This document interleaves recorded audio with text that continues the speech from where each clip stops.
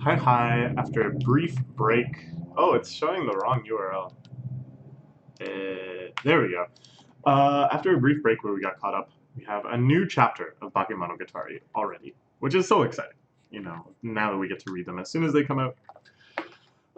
We start with a horrific flashback to the contemplation of Son Goku's curse.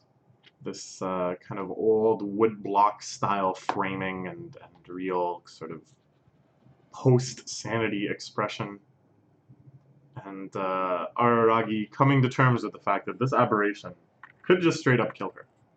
This is a killer aberration, an abnormality that kills people. I don't know if this was written in English originally or if they just did some really nice scanlation work here, but it's very well done. The kind of snake scale pattern going over the letters. Okay. So immediately he whips out his phone. He wants to call back to his house where Kambura and Sengoku are holding down the fort and alerting her. If I told her that her classmate was trying to kill her, what would she do?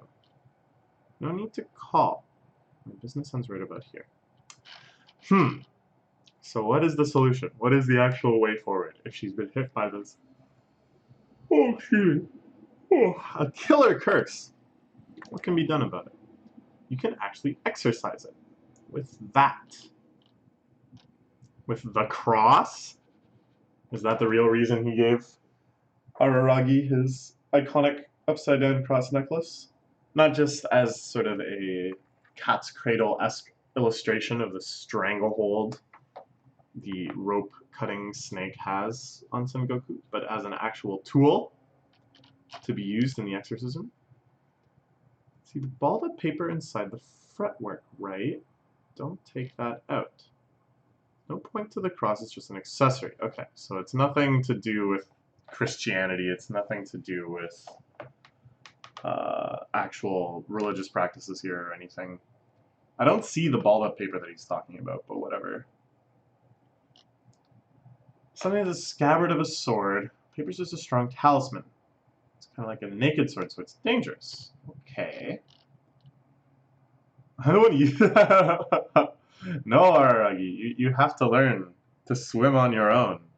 You can't just have Oshino do all of this for you. he's got to start handling his own cases. If he's gonna be the one that runs in shouting, "I gotta save her! I gotta save her," then save her. You know, do it on your own. I'll teach you how to do it. So just remember, do your best to remember how it works. Then go back. If you're more competent than I am, Araragi-kun, she trusts you a lot.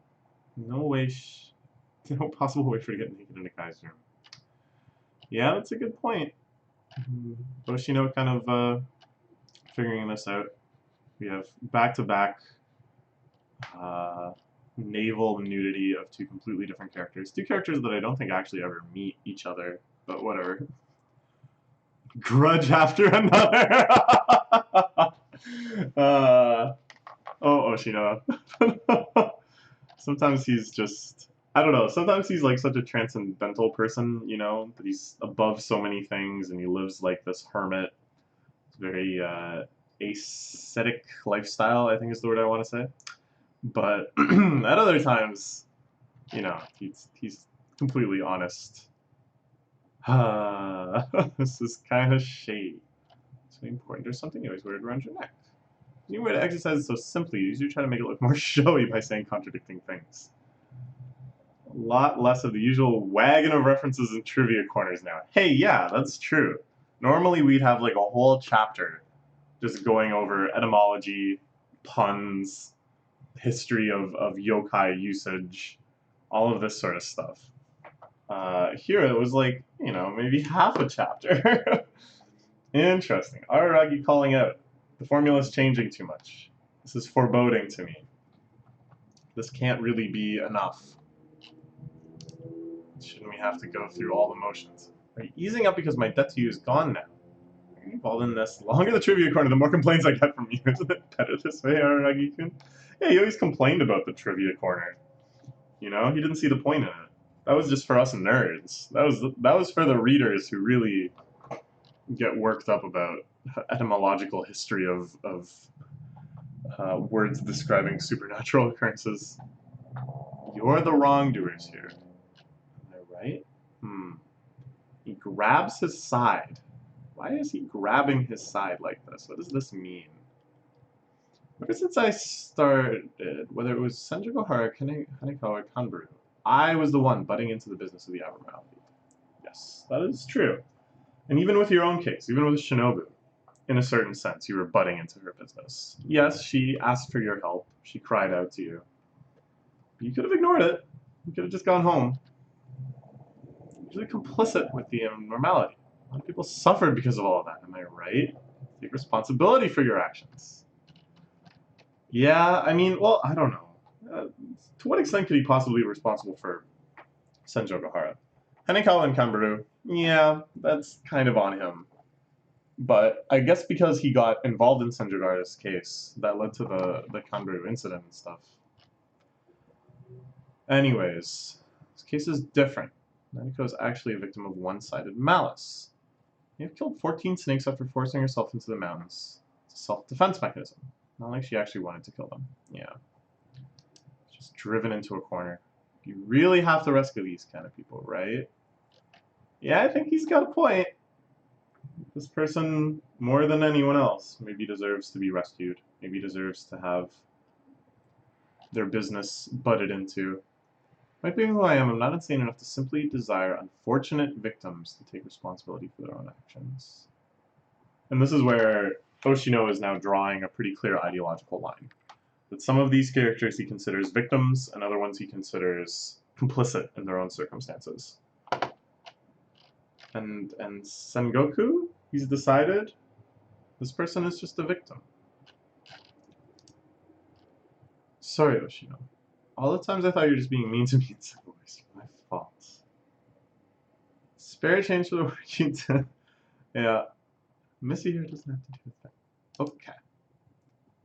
Do you have to pay for your own sins? Can't be judged for a sin you never committed. Penance cheap compared to all that. Everything at this point was more like a favor, but you're right. I feel like you and I have had an understanding since we first met.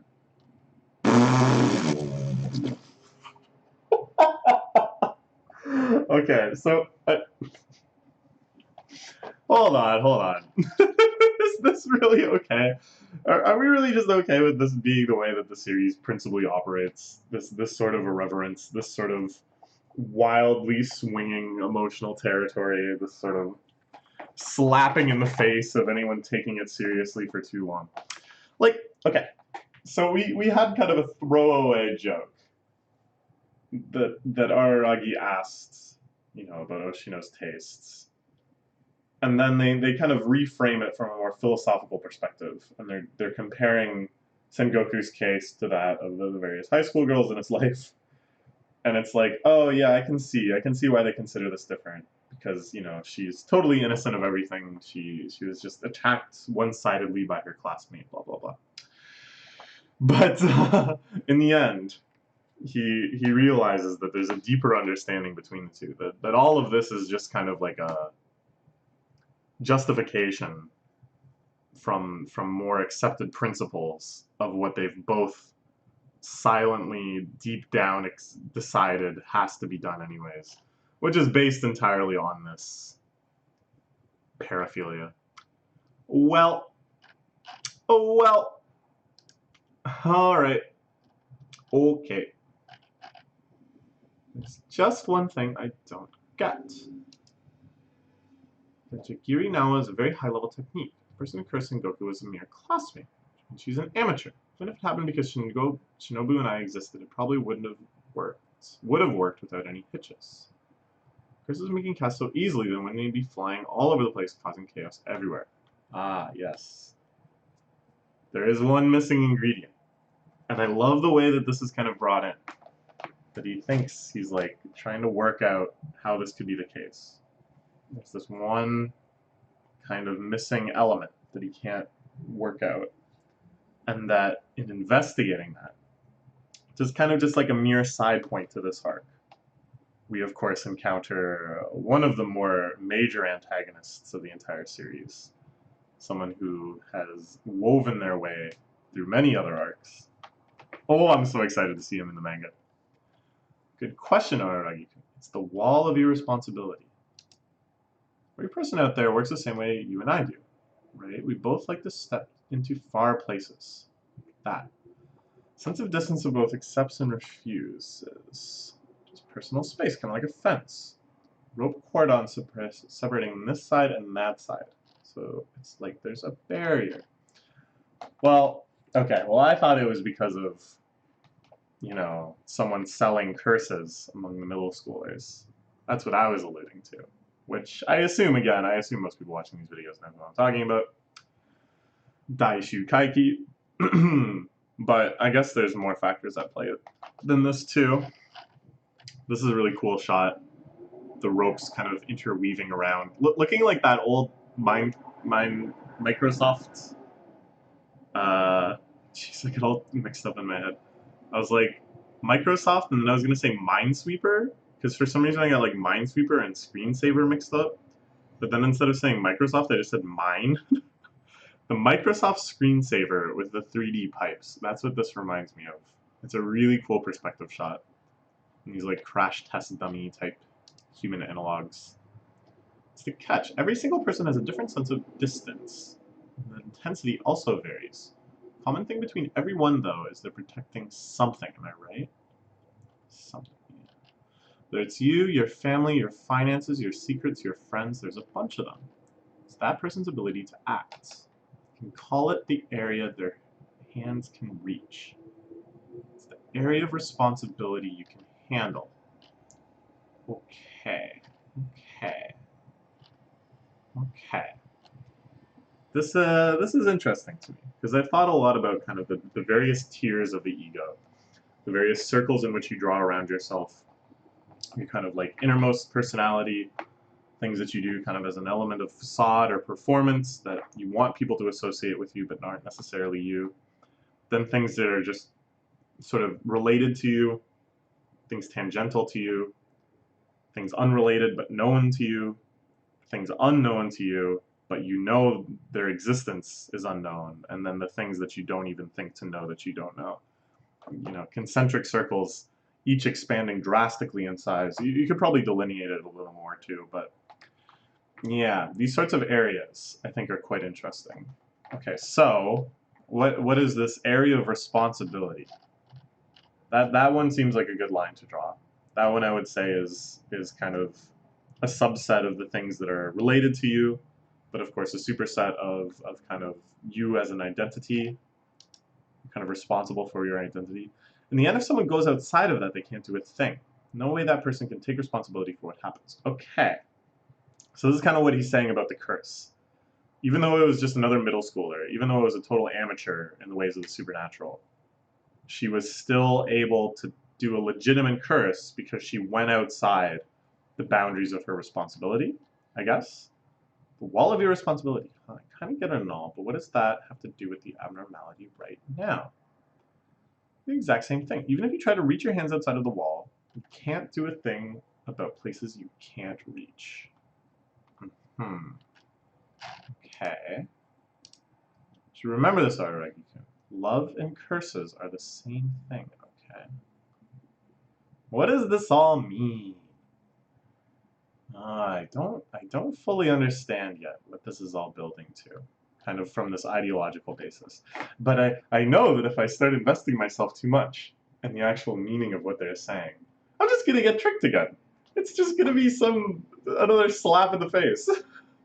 but I don't know. I mean, I can't dismiss it either. I can't, you know. This wall is quite strong. Not something you can normally destroy from the outside. Only one person who can destroy that barrier. Someone who loves you, like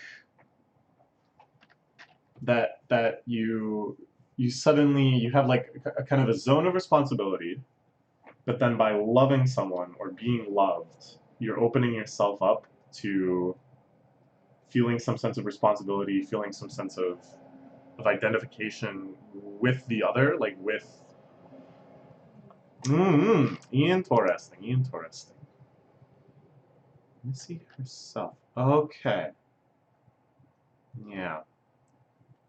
Alright, and then we cut to an extremely gorgeous page.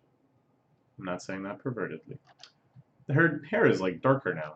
I don't know why they've changed that, but whatever. This is an absolutely gorgeous page. The way this is framed, like we have the gigantic page spread size shot of the shrine, and then this little collage of pictures of Sengoku in dressing. Again, I'm not a pervert. Just I think it's really framed excellently. Like I don't know, I'm just so impressed. This sort of like page wide artistic decision making, like to panel it like this, and to have kind of like this, I don't know, elements of natural beauty, elements of a human achieved beauty, the various symbols floating through the air. It's just it's insane. I don't know how they're doing this. Like this art is it's just a little too good. The girl was the one who put the snake into herself. Okay, so this is his point. It's not that the curse came from somewhere else and was so strong, so overwhelming, that it managed to break through Sengoku's personal sense of responsibility and self. It was that Sengoku herself ended up cursing herself, and therefore, of course, it would work, because you're already kind of within it. Yeah, I see. Get what this means, alright. Once you understand, exercising the snake is easy. Just give it a thought.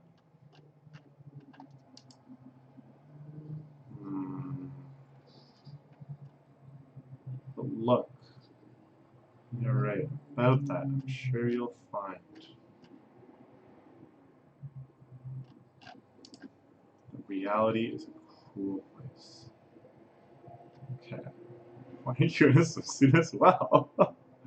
Everyone across the street, there's nothing to fear, alright? This logic makes no sense at all. I think she just thought it would be fun. The logic only makes sense if like she's wanting to wear a swimsuit all the time and has just decided that the presence of someone else in a swimsuit makes this safe. Okay. All right. Let's see what happens next time as they attempt their exorcism of the Sengoku snake. And here we see the man I was talking about before, with the villain printed on his palm.